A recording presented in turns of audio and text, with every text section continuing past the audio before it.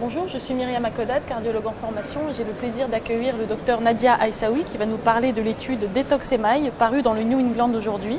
Tout d'abord, quel est le contexte dans lequel s'inscrit cette étude? Alors, le contexte, c'est que maintenant, les recommandations ne préconisent pas d'administration d'oxygène chez les malades qui font un infarctus du myocarde alors qu'ils n'ont pas de désaturation. Et ces recommandations étaient basées sur 4 études anciennes avec 400 patients en tout, dont les résultats étaient discordants. Et l'hypothèse physiopathologique, c'était qu'on donnait de l'oxygène à des malades qui avaient fait un infarctus du myocarde, puisqu'il y avait une hypoxie tissulaire parce que l'artère était bouchée. Or, quand on donne trop d'oxygène, ça s'appelle l'hyperoxie, on va créer des radicaux libres et on peut aggraver les lésions de d'ischémie-reperfusion. En 2015 est paru dans Circulation une étude avec 441 malades qui a montré que qui a comparé 2 stratégies. Un premier groupe de malades où on donnait systématiquement de l'oxygène à 8 litres par minute aux malades qui avaient une saturation supérieure à 94%, et dans l'autre groupe, qui était le groupe conservateur, ne donnait pas d'oxygène. Et l'étude montrait un bénéfice en faveur du groupe pour lequel on ne donnait pas d'oxygène en plus, avec moins d'élévation de troponine, moins de troubles du rythme et une taille d'infarctus moins grande. Donc les auteurs, avec cette étude qui Detox 2, ont voulu évaluer l'intérêt d'administrer de l'oxygène systématique chez des malades qui avaient une saturation correcte à plus de 90%, à 6 litres entre 6 et 12 heures versus pas d'oxygène sur un critère fort qui est la mortalité à 1 an. Et quels sont les principaux résultats?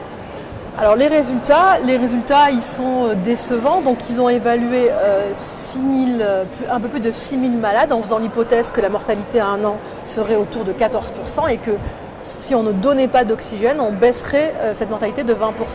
Et en fait, à 1 an, chez ces 2 groupes de 3000 malades, qu'ils aient reçu ou pas de l'oxygène, la mortalité est la même, elle est de 5%.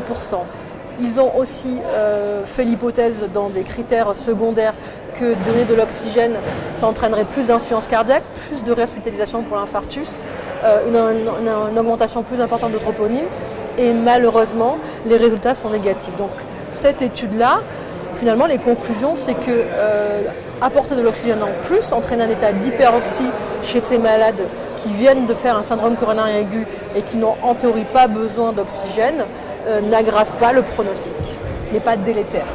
Donc selon vous, cette étude va probablement changer nos pratiques? Alors est-ce qu'elle va changer nos pratiques? Je ne sais pas si elle va changer nos pratiques puisque les recommandations sont de ne pas administrer d'oxygène à ces malades-là. Donc les médecins le font systématiquement, un petit peu pour se rassurer peut-être aussi. Et de fait, cette étude montre que d'une part, il n'y a pas de bénéfice à en donner en plus, mais finalement pas de bénéfice aussi à ne pas en donner. Donc je pense que si on suit le raisonnement physiopathologique qui montre que ces malades n'ont pas besoin d'oxygène, que donner de l'oxygène en plus entraîne de la formation de radicaux libres et peut aggraver les lésions d'ischémie-reperfusion, je pense qu'à l'heure actuelle, il ne faut pas donner d'oxygène aux malades qui n'ont pas d'hypoxie, qui ne sont pas en insuffisance cardiaque. Très bien, merci d'avoir répondu à toutes ces questions. Je vous en prie, au revoir.